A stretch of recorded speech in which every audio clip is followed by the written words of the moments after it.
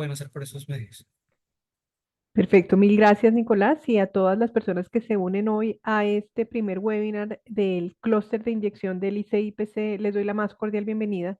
Nosotros desde el Instituto del Plástico, que es el ICIPC, hemos creado este año un nuevo clúster de inyección que está dedicado a promover el conocimiento específico y aplicado en moldeo por inyección.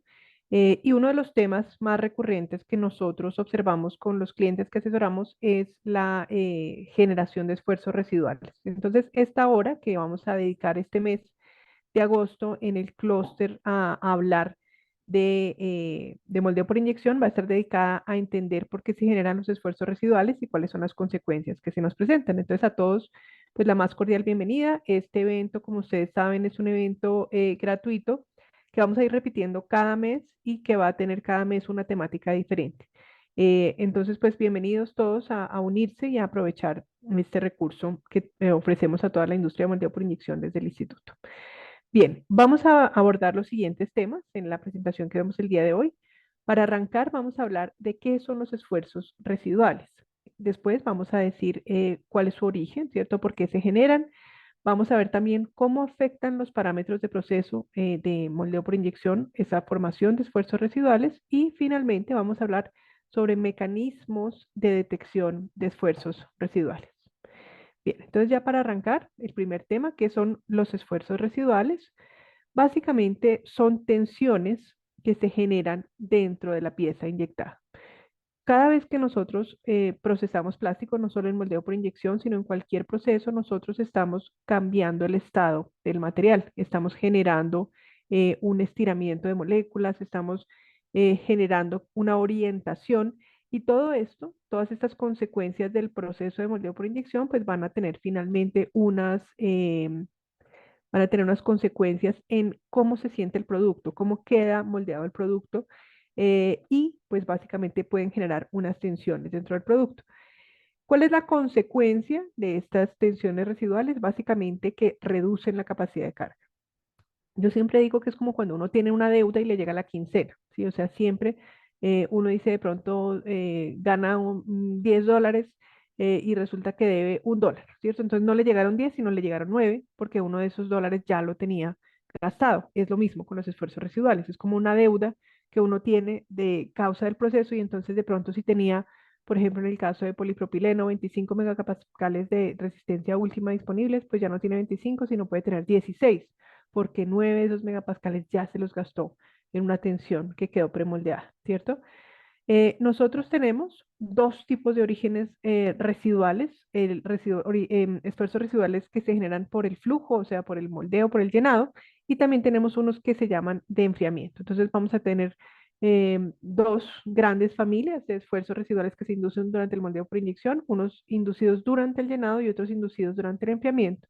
¿Y cuáles son las consecuencias? Pues básicamente que nuestra pieza va a quedar de menor calidad, va a ser una pieza que de pronto va a tender a torcerse, ¿cierto? Porque quedó a disgusto, esas tensiones residuales generaron que el producto como que se sienta incómodo y necesita balancear esas cargas externas que se le están imponiendo.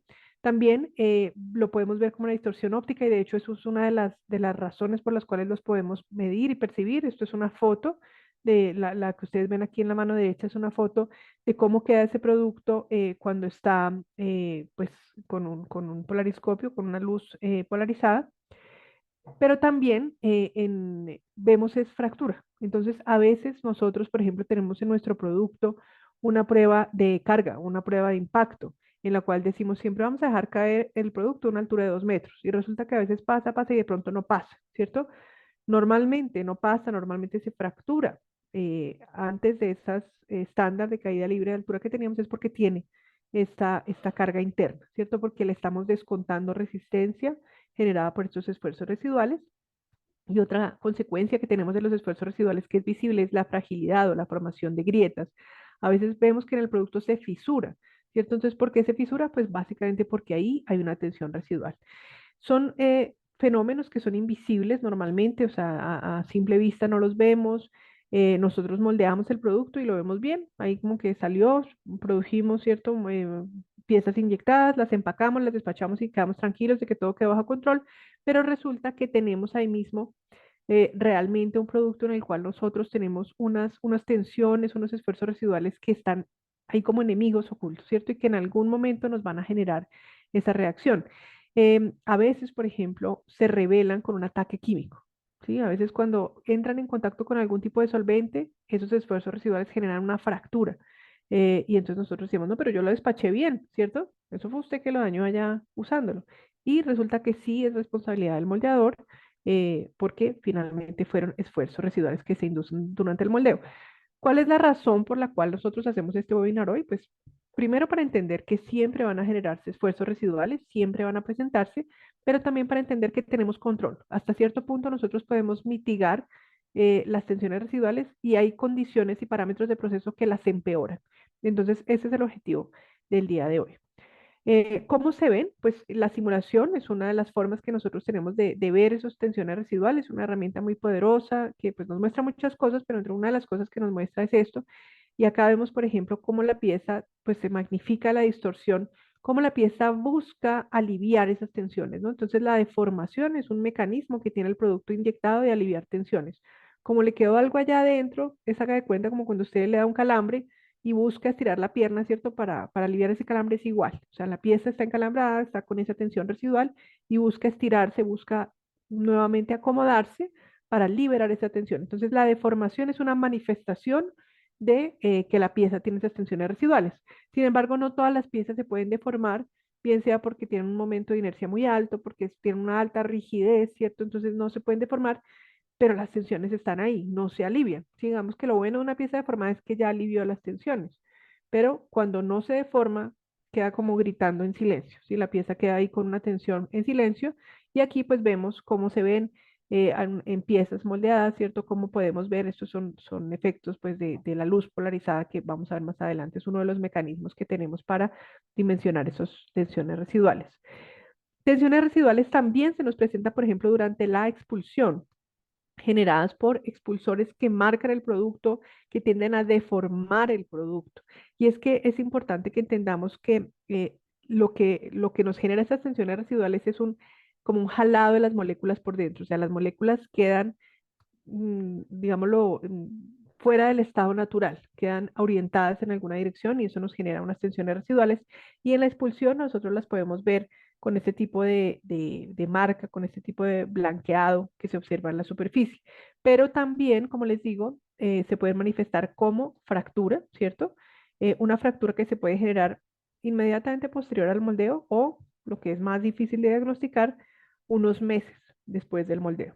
Entonces, en este caso, cuando una pieza se fractura, como en este caso, donde quedó con una tensión generada por el contacto, por la búsqueda de la pieza de contraerse contra un macho o contra un inserto metálico que no lo dejó, pues ahí se fracturó el producto.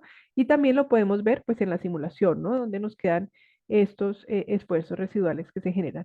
La simulación pues es un mecanismo muy, muy bueno para ver esos esfuerzos residuales porque nos permite alertarnos de manera temprana, ¿cierto? No tenemos que esperar a la falla, no tenemos que esperar a que se vea esa fractura o esa deformación, sino que de manera temprana nos está alertando, oiga, aquí hay unas tensiones acumuladas y esta va a ser una zona débil. Entonces, fíjense cómo nos muestra en rojo esa zona débil que va a quedar dentro del producto.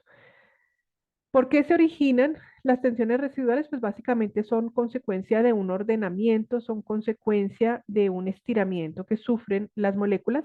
Entonces las moléculas se pueden estirar por dos razones, como les mencionaba anteriormente, una por el flujo, por el llenado, por la orientación dentro del molde de inyección, pero otra forma en la cual las moléculas se pueden orientar es también por el enfriamiento desigual. Vamos a verlo más adelante. Entonces, flujo o enfriamiento son los dos orígenes que tenemos en esfuerzos residuales.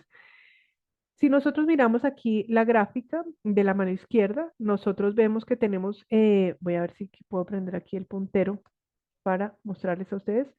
Si vemos acá, perdón, unas moléculas que están sin ninguna orientación preferente, ¿cierto? Eso es lo que nosotros tenemos acá.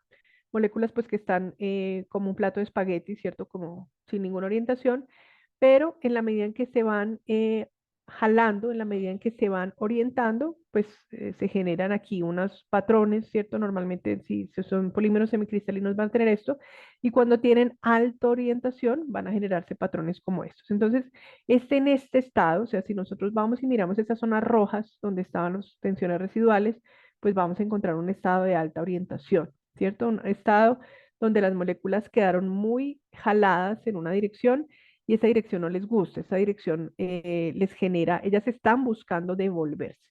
Recordemos que los polímeros tienen un comportamiento, pues que tienen pocas sustancias de la naturaleza, que se llama el viscoelástico, ¿cierto?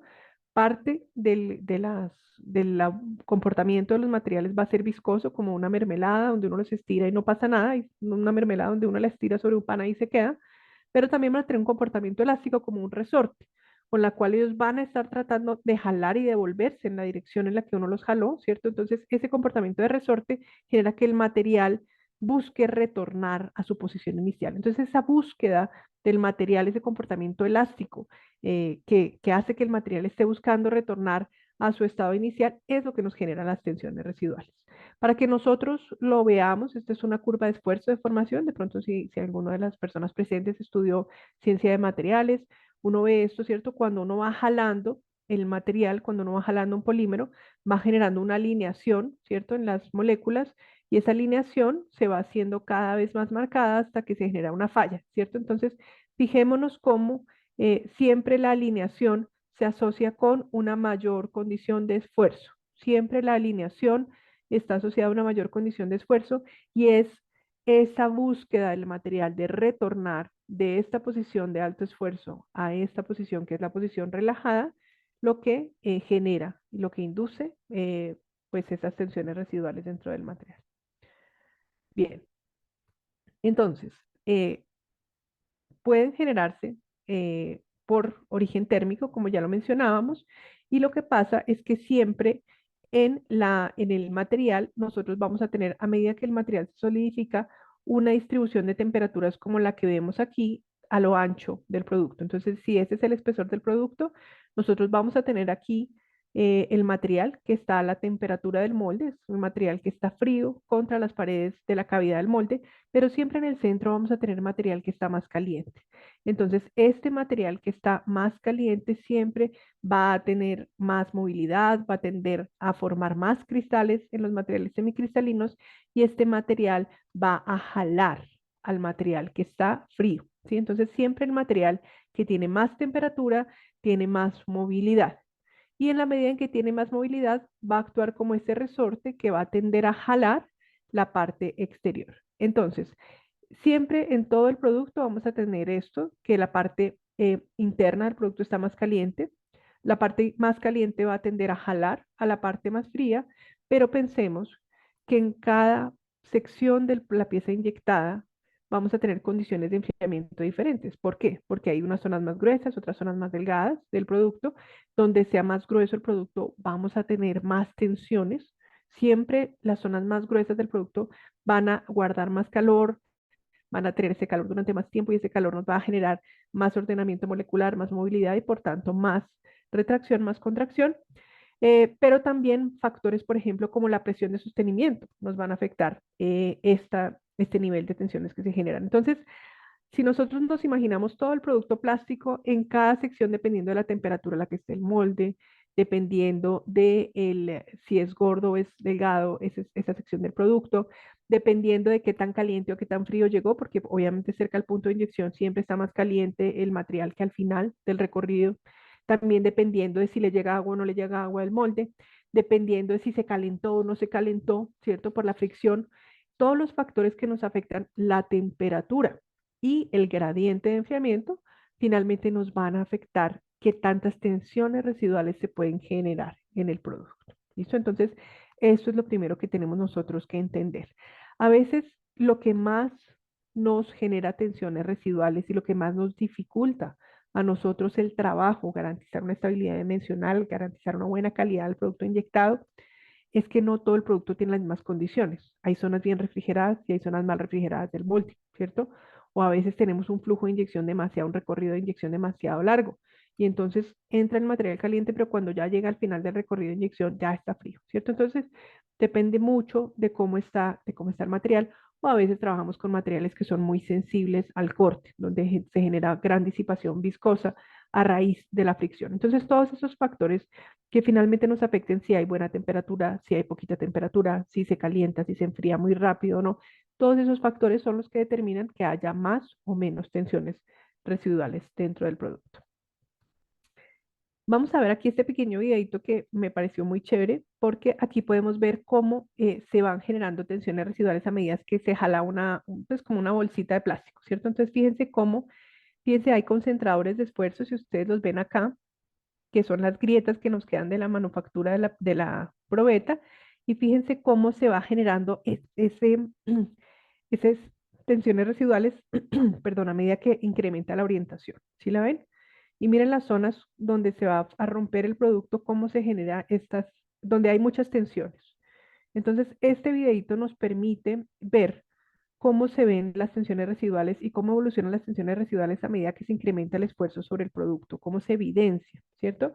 Pero fíjense que es algo, una correlación entre orientación y estiramiento. Eso es básicamente lo que nosotros vemos.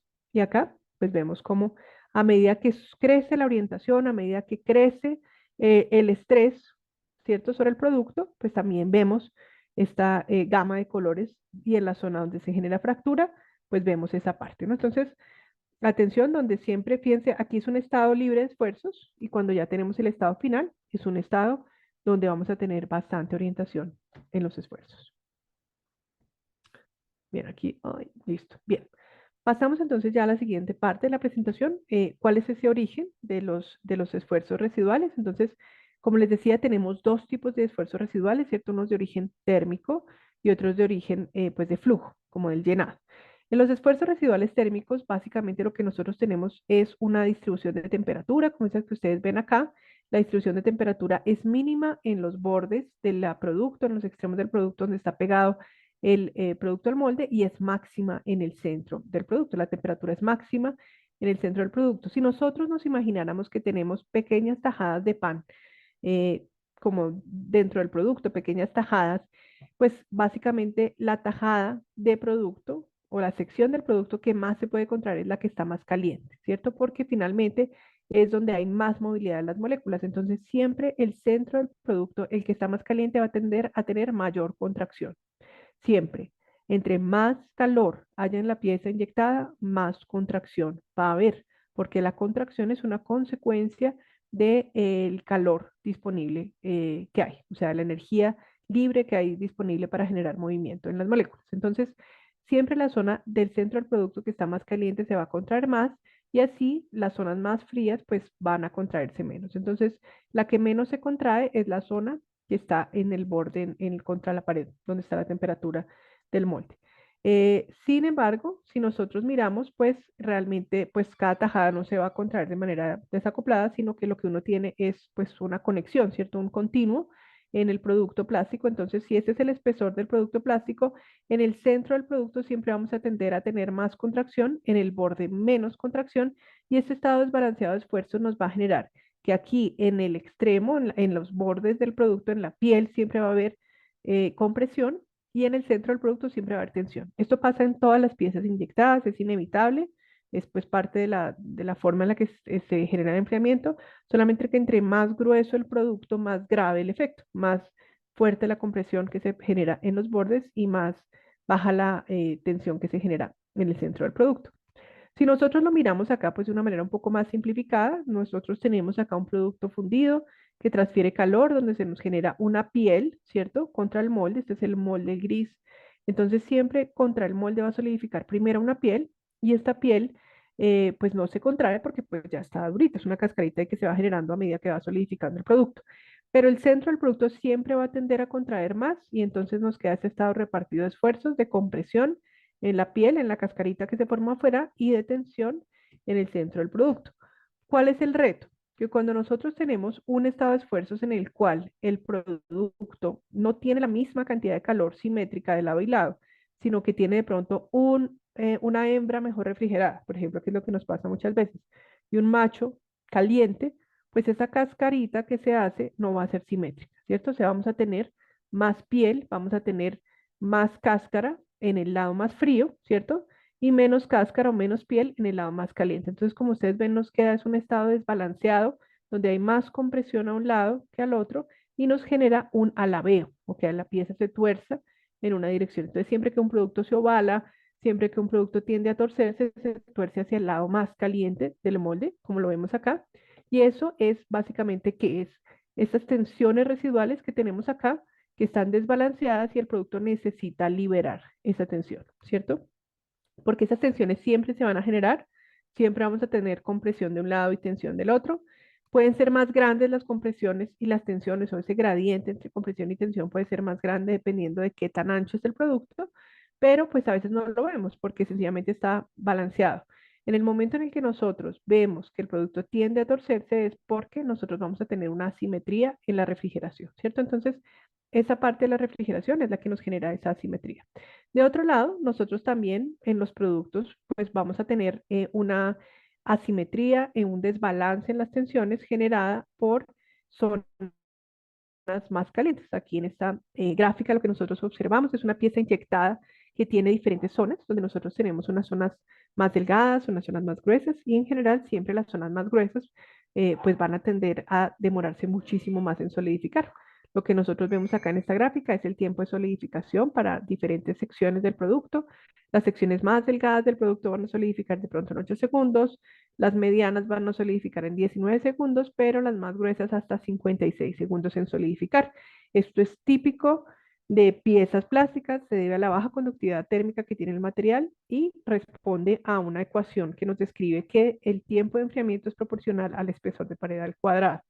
Entonces, entre más gruesa la pared del producto, pues más tiempo nos vamos a demorar en solidificar y lo que nosotros vamos a tener acá son unas piscinas de calor, unos pozos de calor donde el material va a quedar durante varios minutos caliente y con posibilidad de moverse. Acuérdense que calor equivale a energía, energía equivale a movimiento, ¿cierto? Entonces, este calor que equivale a movimiento nos va a generar que las moléculas acá se contraigan durante varios minutos y esta parte va a jalar el resto.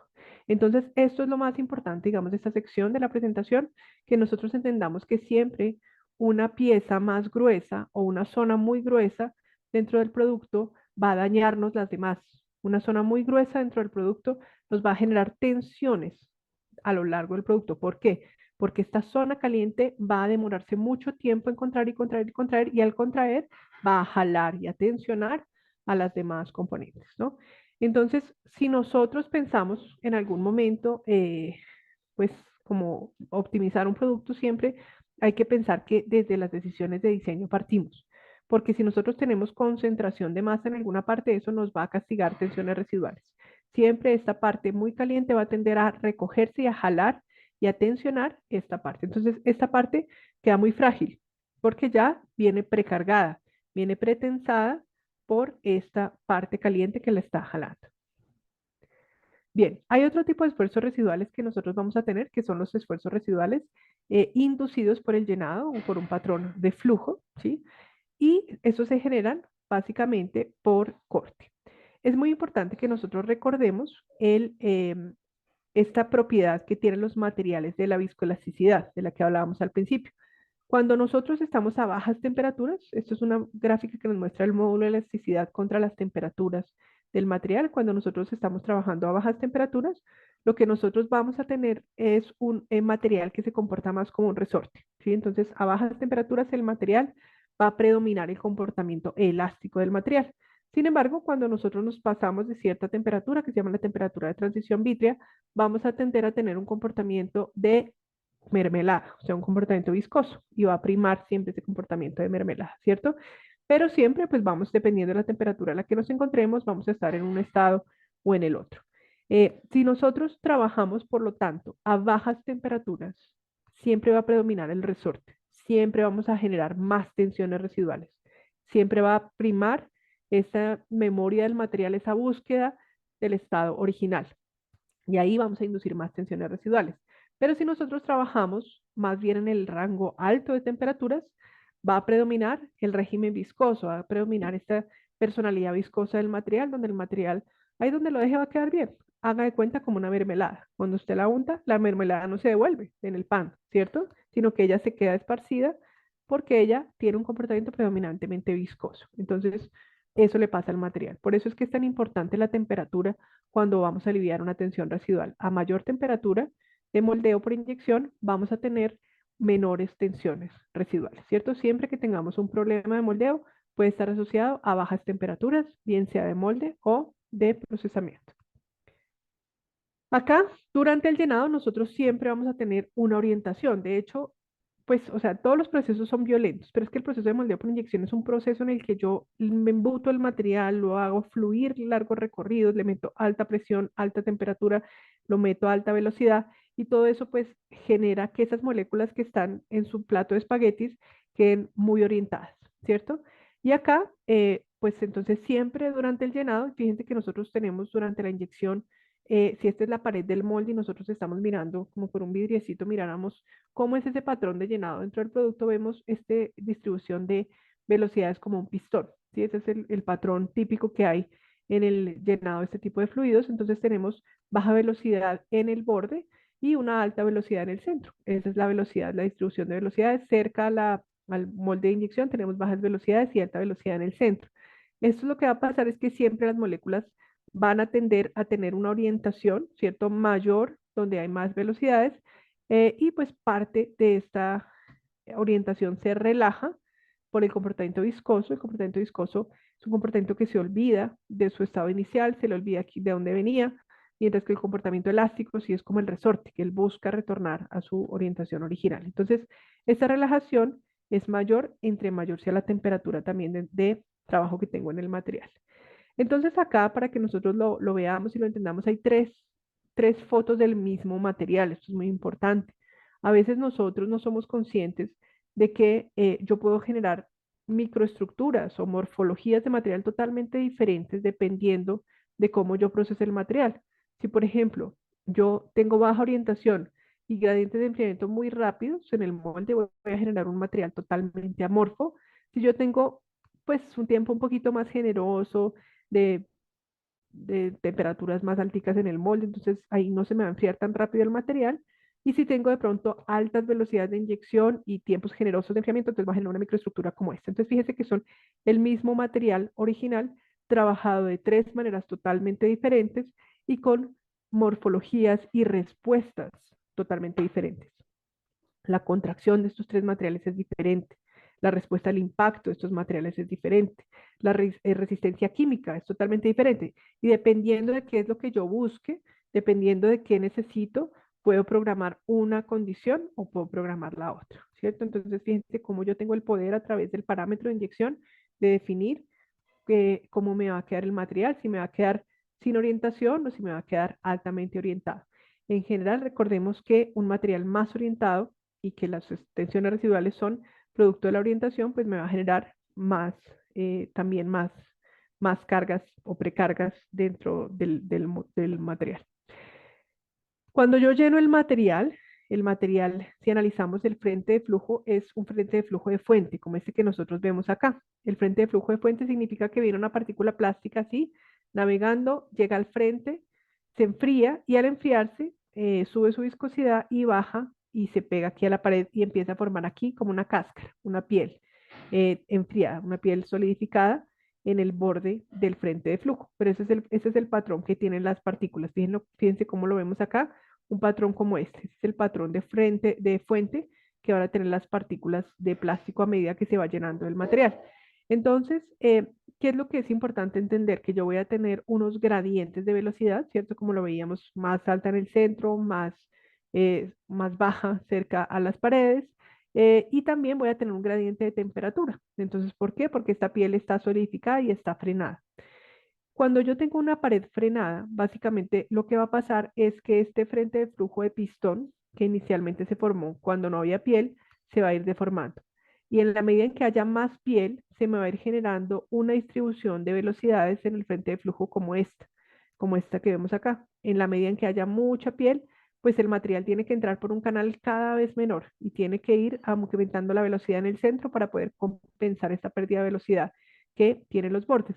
¿Y qué va a pasar con esta distribución de velocidad? Pues básicamente que el material al tratar de desprenderse de esta cáscara que se viene formando en este lado, va a generar como un pico de corte, va a generar un pico como el que vemos acá, que es el material generando un esfuerzo por desprenderse. Entonces, cuando yo tengo estos picos acá es porque tengo mucha cáscara, mucha piel solidificada en estos bordes Y esta piel básicamente lo que me va a hacer es que se me generen acá picos de esfuerzo. Estos picos de esfuerzo generan tensiones residuales por llenado.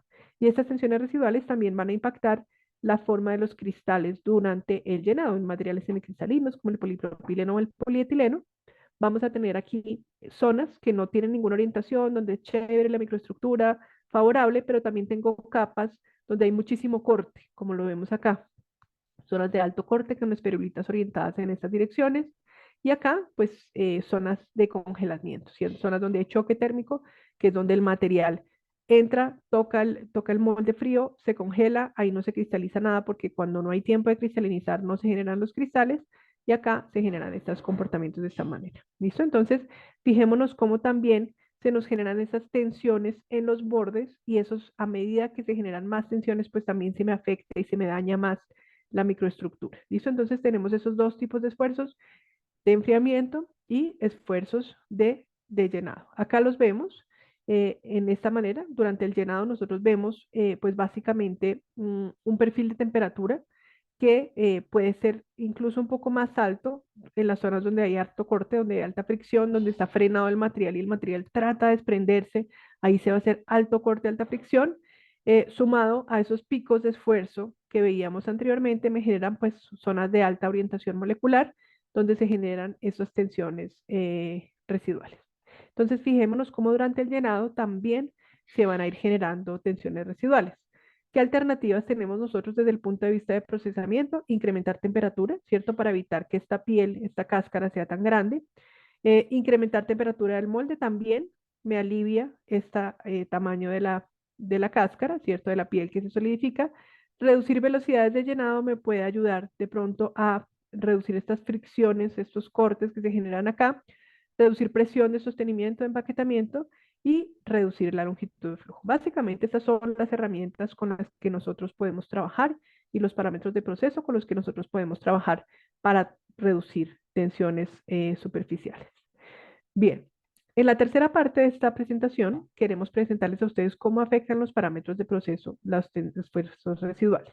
Y acá, pues nuevamente recordando que nosotros podemos tener el mismo material trabajado de tres maneras diferentes.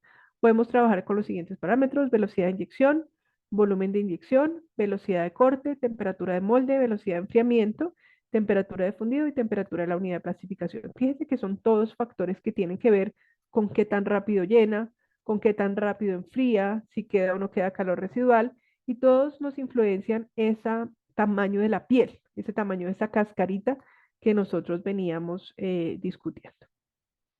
Entonces, vamos a arrancar el tiempo de inyección.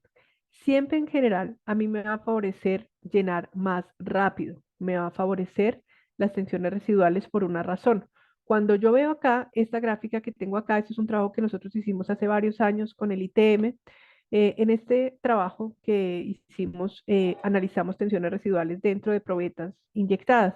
Y las probetas inyectadas, pues básicamente nos permitían a través de una simulación ver algo que se llaman los esfuerzos de von Mises, que son pues cuánto esfuerzo residual queda dentro del material. Entonces, entre más rojo nos va a mostrar más tensiones residuales, estas probetas. ¿Listo? Y aquí vemos cómo tenemos una inyección más rápida y una inyección más lenta.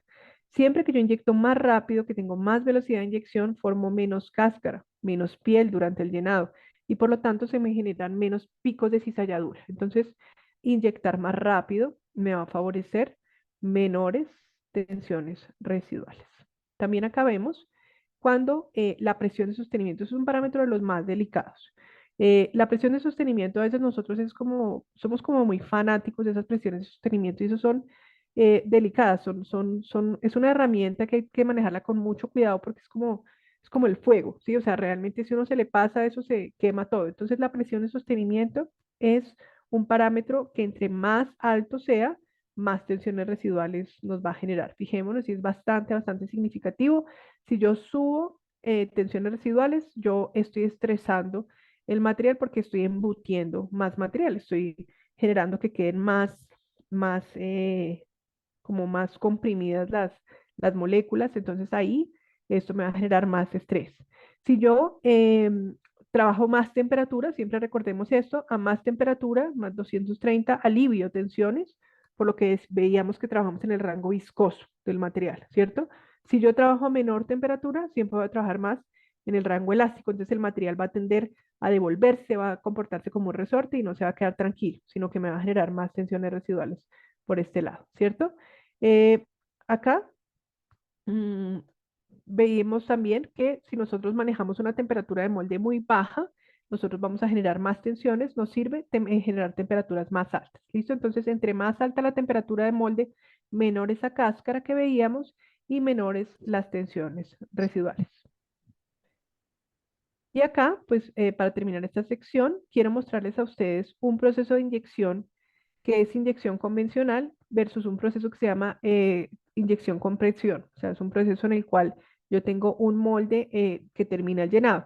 Cuando yo lleno todo el molde y lleno todo el molde a través del punto de inyección, fíjense cómo se me generan esos patrones que veíamos en el video, que son esos patrones donde hay bastante estrés, bastantes esfuerzos residuales, mientras que si yo utilizo un proceso en el cual llena el producto más o menos hasta esta parte y después tengo un molde que cierra, como una especie, como haga de cuenta cuando uno tiene un molde de hacer arepas, así que en donde cierra y termina de llenar por el cerrado del molde, básicamente esa presión termina el llenado y no se genera el llenado desde aquí hasta el final. Entonces, este tipo de esfuerzo perdón, de proceso en el cual yo tengo una ayuda del molde para terminar de llenar, me va a eliminar las presiones que se me generan.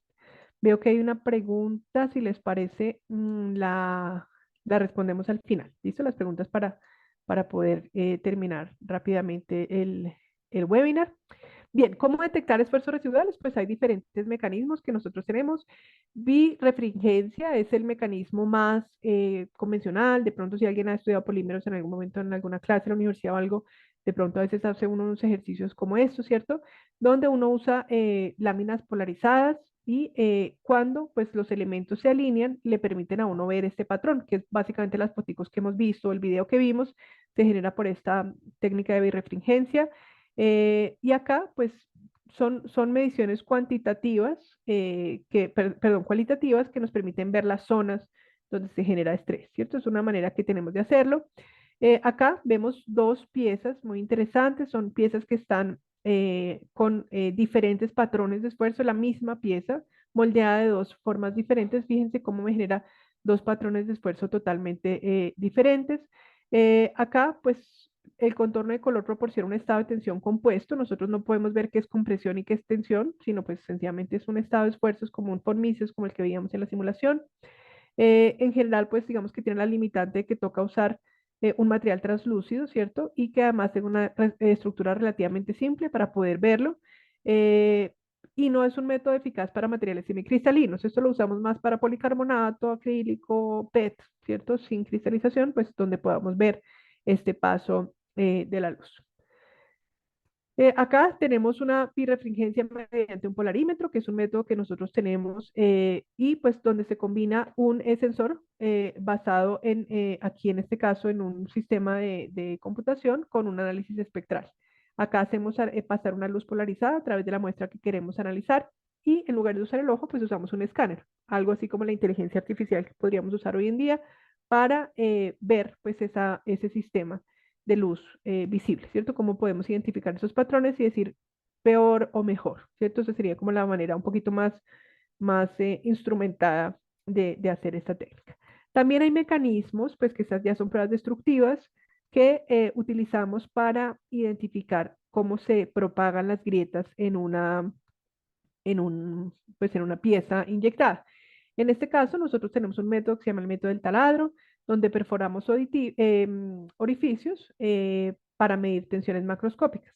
Básicamente lo que hacemos es unir un medidor de tensión, algo como esto, especial a la superficie de la muestra y perforar un agujero a través del centro de esa roseta donde tenemos el, el, el taladro y medir las deformaciones, ¿cierto? Donde el hueco que nosotros abrimos libera tensiones, ahí vamos a percibir una fuercita adicional, ¿cierto? Y vamos a sentir un esfuerzo porque es una zona donde se alivió una tensión.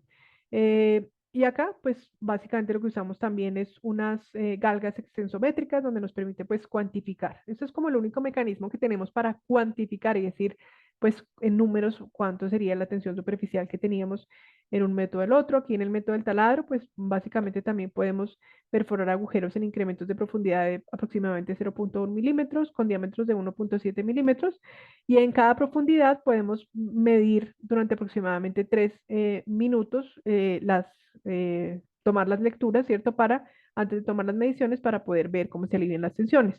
Y acá, pues básicamente con una, digamos, una transformación que nos permite tabular la profundidad de cada orificio y las mediciones del extensómetro, podemos llegar a una medición eh, cuantitativa de estas tensiones residuales. Hay otra forma que nosotros tenemos para ver si hay o no existen tensiones residuales, que es utilizando ciertos solventes.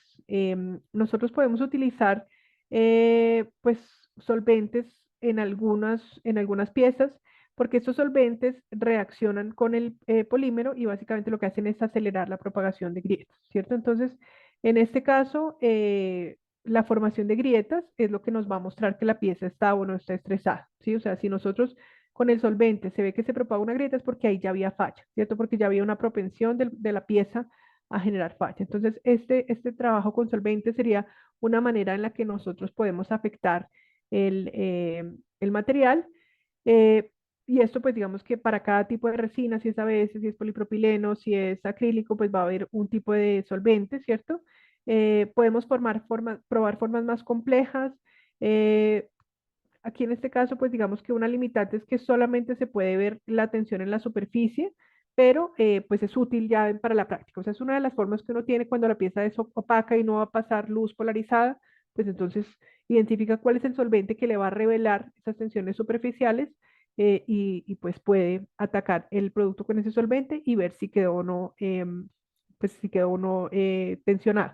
Esto es muy importante cuando nosotros vamos a hacer, por ejemplo, aplicaciones de empaque que están en contacto con solventes, con pinturas o con lacas, porque lo que no nos muestre la prueba de calidad nos lo va a mostrar el producto empacado meses después, ¿sí? Eso es cuando nos llaman a hacernos una reclamación de que se rompieron unos contenedores y digamos, a veces eso pasa aquí en Colombia cuando tenemos altas temperaturas, pues la temperatura además propaga más rápido el daño, pues básicamente esto va a ser una consecuencia de no haber medido estos, estas tensiones residuales o no haber cuantificado si se generaban o no se generaban durante el moldeo. La simulación, pues ya como lo veíamos anteriormente, es una herramienta adicional que nosotros tenemos. Aquí, pues, es una herramienta que nos permite ver anticipadamente la formación de esfuerzos residuales y es muy útil porque, pues, también permite identificar zonas que serían difíciles de cuantificar de otra manera. Aquí, por ejemplo, vemos esa zona rojita que se nos genera acá, pues son tensiones residuales que nos está mostrando la simulación o también nos permite pues analizar niveles de deformación que se van a generar como consecuencia de la formación de esfuerzos residuales. Si trabajamos con material semicristalino, amorfo, translúcido o con cargas o no, pues siempre se pueden identificar. Ahí lo que es muy importante es que entendamos que la alimentación del modelo tiene que ser muy preciso. Ahí pues todos los factores que afecten tanto el enfriamiento como el llenado van a jugar un papel en la predicción que hagamos, ¿cierto? Entonces, obviamente, entre más completo el modelamiento que hagamos en la simulación, pues también más completo pues la predicción. Ya para terminar, quiero pues contarles a ustedes de este clúster de inyección que nosotros arrancamos este año. Nicolás Muñoz, quien nos acompaña hoy desde el instituto, es el líder de este clúster. Así pues como yo, vamos a tener diferentes invitados a todos estos webinars que son de asistencia gratuita, pero adicionalmente este tipo de clúster va a ofrecer varios beneficios. Lo creamos sobre todo para que las empresas de inyección tengan acceso a capacitación pues de manera más económica y que puedan capacitar a más personas durante el año, ¿cierto? Entonces, básicamente, nosotros vamos a tener 12 cursos, un curso mensual, y estos cursos no tienen límites de participantes. Si ustedes son miembros del clúster, pueden inscribir a todas las personas que quieran a estos cursos que se van a dar de manera mensual desde el instituto. Adicionalmente, vamos a tener talleres de capacitación, unos cursos abiertos, pues, digamos, no solamente en inyección, sino también en materiales, en calidad, en economía circular, etcétera. Vamos a tener también proyectos de investigación aplicada, descuentos en laboratorios, 2 horas de sesiones bimensuales para trabajar. Si ustedes tienen problemas en piezas, podemos trabajarlos juntos y también un taller de divulgación de buenas prácticas. Entonces, como ven ustedes, pues una oferta muy completa donde esperamos cerrar la brecha de formación de las empresas de inyección y pues esperamos que ustedes se animen a participar. Aquí algunos de los temas que vamos a ver: problemas típicos en producción de piezas inyectadas, especificación y mantenimiento de canales calientes, parametrización del proceso de inyección. Esto es un taller presencial que incluye horas de máquina, introducción al moldeo científico, tendencias para el diseño y configuración de moldes con elementos normalizados, cambio rápido de molde y su puesta a punto. Esos son todos los cursos que vamos a ver en el próximo año: diseño de moldes y simulación, incorporación de material reciclado, casos de éxito, automatización del proceso de inyección mediante herramientas de industria 4.0 e IoT, cómo reducir consumo energético en el moldeo por inyección, un taller presencial que vamos a hacer sobre consumo energético, selección de materiales para moldes y seminario de nuevas tecnologías en moldeo por inyección. Esto es un programa que vamos a tener, pues, tenemos 2 cursos presenciales, pero también tenemos pues el resto de los cursos que son virtuales en horarios muy favorables pues para que las personas puedan capacitarse después de la jornada laboral.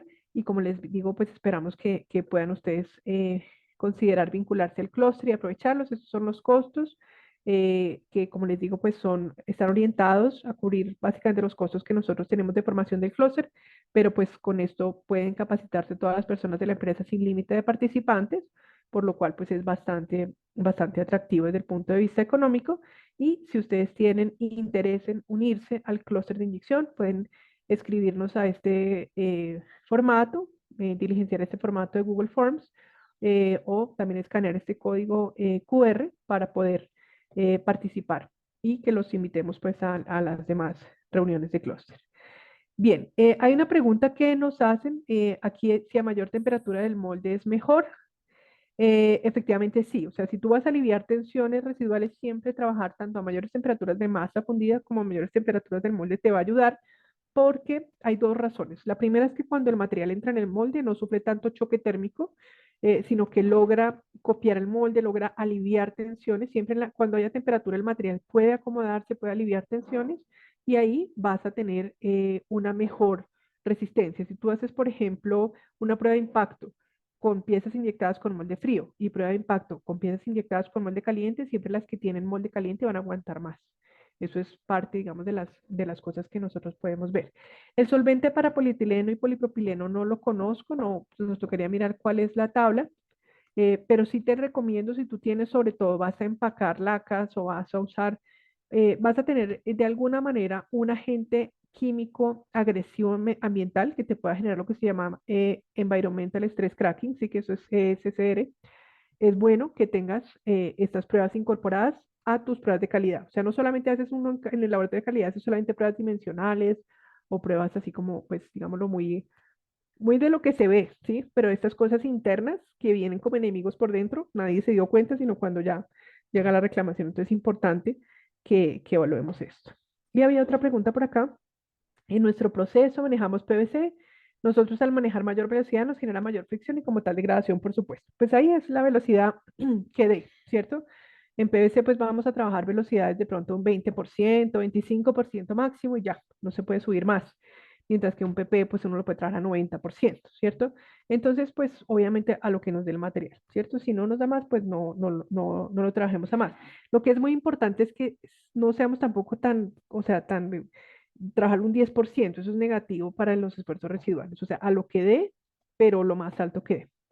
Luis Orlando nos pregunta, bueno, que si en cuanto a cursos presenciales también estarán disponibles para Bogotá, y de no ser así, ¿para cuándo podrían estar disponibles? Los 2 talleres que tenemos los tenemos programados para Medellín. Nosotros tenemos un curso de moldeo científico, de hecho, que va a ser en diciembre y está programado en Medellín. Entonces, por ahora no tenemos cursos programados, Luis, pero en la medida en que haya más empresas de Bogotá, con todo gusto lo podemos hacer. Sí, o sea, finalmente Y nosotros, pues porque nos sale más barato hacerlo en Medellín porque está allá el instituto. Pero sí, si ustedes necesitan los cursos acá, los organizamos en Bogotá. igualmente también los cursos se transmiten vía Zoom para que pues lleguen a más personas y las personas que estén en Bogotá o fuera de la ciudad de Medellín y que no puedan enviar gente pueden conectarse mediante Zoom. Perfecto. Listo. Y la siguiente pregunta que nos hace Fred es: ¿cómo saber rápidamente la fuerza de sujeción? La fuerza de cierre que tú tienes que tener en una pieza está relacionada con la presión de inyección que requieres y con el área proyectada que tienes en el producto. Entonces, pues hay dos maneras. Si tú ya inyectas, si es un molde que ya está operando y donde tú ya tienes un valor de la presión de inyección, pues es básicamente que tú hagas una estimación del área proyectada, o sea, del área que tú tienes, si hicieras sombra sobre el producto parado desde el punto de inyección, mirar cuál es la sombra que hace y calcular esa área. Y si no inyectas el molde todavía, si es nuevo, hay aplicaciones en Internet. En Engel, por ejemplo, ellos tienen una aplicación, o Doctor Boy tienen aplicaciones donde tú le dices clamping force, como fuerza de cierre, y ahí puedes calcular, dependiendo del tipo de material, del espesor del producto, cuál sería esa fuerza de cierre. Oyes, ¿qué necesitas? Con aplicaciones pues, de los fabricantes de máquinas. Bien, tenemos 5 minuticos adicionales. Si alguien más, que si puede haber empresas de otros países, por supuesto. Nos alegramos muchísimo. El instituto siempre ha sido un instituto internacional. Bienvenidos. Como les decimos, la mayor parte de las capacitaciones justamente las estamos haciendo virtuales para que más personas de todas las regiones y de todos los países puedan participar. Este es un clúster pues orientado a todos los países hispanoparlantes. Entonces, bienvenidos. Aprovechenlo, por favor, porque también sabemos que es bastante especial en ese sentido de que no hay muchas oportunidades en español, ¿cierto? De formarnos, entonces, pues, para todos los países de América Latina y de España, donde quieran ustedes, aquí estamos disponibles. Andrés nos pregunta si los esfuerzos residuales también afectan las líneas de flujo en el producto con los colores perlados. No, realmente las líneas de flujo solamente se afectan por el patrón de flujo. Y el patrón de flujo solo se afecta por el punto de inyección. Realmente no hay nada que hacer. O sea, ahí no es que si tienes más tensiones se te genere más líneas de flujo o algo así. Realmente las líneas de flujo están orientadas a la forma en la que llena el material y el patrón. Ahí he hecho varios experimentos justamente tratando de modificar pues este tipo de patrones y en general pues vemos que no se afectan fácilmente con parámetros de inyección. Entonces tienen mucho más que ver con el diseño del molde y el diseño del punto de inyección. Bueno, no sé si hay más preguntas, Nicolás, si has visto alguna otra inquietud. Hay otra pregunta, ¿el Ujú. master batch puede afectar la contracción? El color de un master batch específico, pues más dirigido a otro tema. El master batch, sí, sí, eso es muy importante. El master batch es importante entender que la naturaleza del master batch, si es una master batch que es semicristalino o es un material master batch que tiene nucleante, por ejemplo, nos puede afectar en gran medida la contracción. Entonces, incluso también el pigmento que se usa, el ingrediente activo, puede afectar la nucleación. Hay, por ejemplo, no sé, algunas referencias que inyectamos en rojo o en azul y a veces el rojo tiene más contracción, o perdóname, el azul tiene más contracción que el rojo. El rojo se demora más en solidificar que el azul. ¿Por qué? Porque la nucleación es más eficiente en algunos colores que tienen pues unos patrones como de generados por la estructura del ingrediente activo que genera el pigmento. Entonces sí, ese es uno de los factores que nos afecta a contracción, el master batch. ¿Listo? ¿Alguna otra inquietud? No sé si Nicolás, si nos puedes ayudar a copiar en el chat de este Zoom, por favor, el Google Forms para que más personas puedan, si las personas quieren recibir más información sobre el clúster, les podemos, por favor, es muy importante que se registren para que los tengamos en cuenta. Eh, Estamos conformando este clúster, vamos a arrancar ya, próximo mes es el primer mes de los cursos, entonces para que puedan ustedes disfrutar de todo el año, de los 12 cursos que como les digo no tienen límite de participantes, ustedes pueden meter a todas las personas de su empresa en este curso, pues la idea es que lo puedan aprovechar. Aquí está, Nicolás nos hizo el favor de poner el Google Forms para que ustedes, si quieren, usen estos últimos minutos de la reunión para entrar a ese Google Forms y registrarse si tienen interés en recibir una llamada de parte nuestra y conocer un poco más en detalle cómo funciona el clúster de inyección. Bueno, pues si no es más, espero que les haya gustado esta presentación que hicimos el día de hoy. Vamos a continuar generando pues más webinars como este. Vamos a generar más contenido también relevante y muy aplicado para moldeo por inyección. Esperamos que si ustedes han venido teniendo dificultades con piezas inyectadas o con tensiones residuales, pues esta información que vimos el día de hoy, esta información sobre temperaturas, parametrización, sobre velocidad de llenado, pues les pueda servir para mejorar la calidad de sus piezas inyectadas y también mejorar la resistencia. Recuerden que desde el Instituto del Plástico, desde el ICIPC, estamos aquí para ayudarlos en cualquier inquietud que tengan técnica, en cualquier necesidad, en cualquier requerimiento que tengan de formación, pero también de solución de problemas o de consultoría en sus procesos de inyección. Entonces no duden en contactarnos. Acá, pues el grupo de expertos nuestros en inyección está a su servicio. La grabación se va a publicar, oyes, va a estar disponible para todos, pues para todo el público, o sea, no solamente para las personas del clúster, sino estos webinars son públicos. Y pues si ustedes los quieren compartir, los quieren repasar, pues bienvenidos. Bueno, a todos mil gracias, a todas las personas que nos acompañaron. Para mí un placer estar con ustedes el día de hoy. Nos vemos en el primer curso en el mes de septiembre y pues ya también en el próximo webinar que hagamos. Muchas gracias. Hasta luego. Está muy bien. Muchas gracias.